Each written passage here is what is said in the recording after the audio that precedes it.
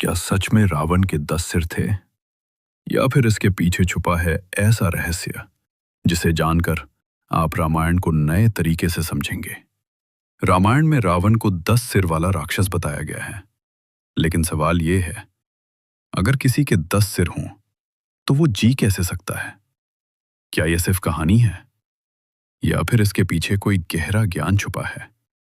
आज हम जानेंगे रावण के 10 सिर का असली रहस्य, जो बहुत कम लोग जानते हैं। धार्मिक ग्रंथों में रावण को दशानन कहा गया है।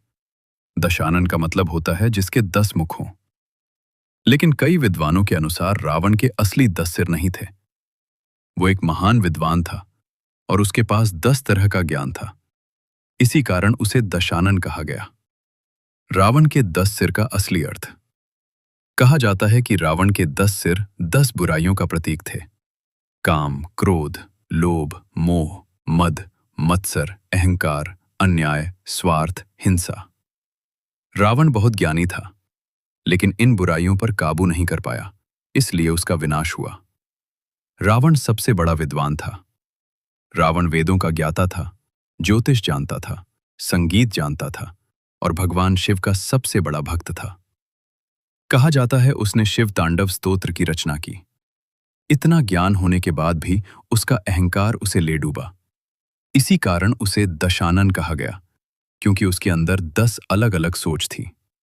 एक और रहस्य। कुछ कथाओं के अनुसार रावण ने कठोर तपस्या की थी और उसे ऐसी शक्ति मिली थी जिससे वह कई रूप बना सकता था। युद्ध के समय लोगों को लगता था कि उसके 10 सिर हैं। इसी कारण उसे दशानन कहा गया। सबसे बड़ा सच। रामायण हमें एक गहरी सीख देती है।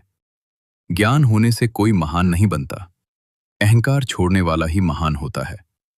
रावण के 10 सिर मनुष्य के अंदर की 10 कमजोरियां हैं और भगवान राम धर्म, सत्य और संयम का प्रतीक है। जब बुराई बढ़ती है तो उसका अंत निश्चित होता है। तो अब आप समझ गए होंगे रावण के 10 सिर का असली रहस्य क्या था।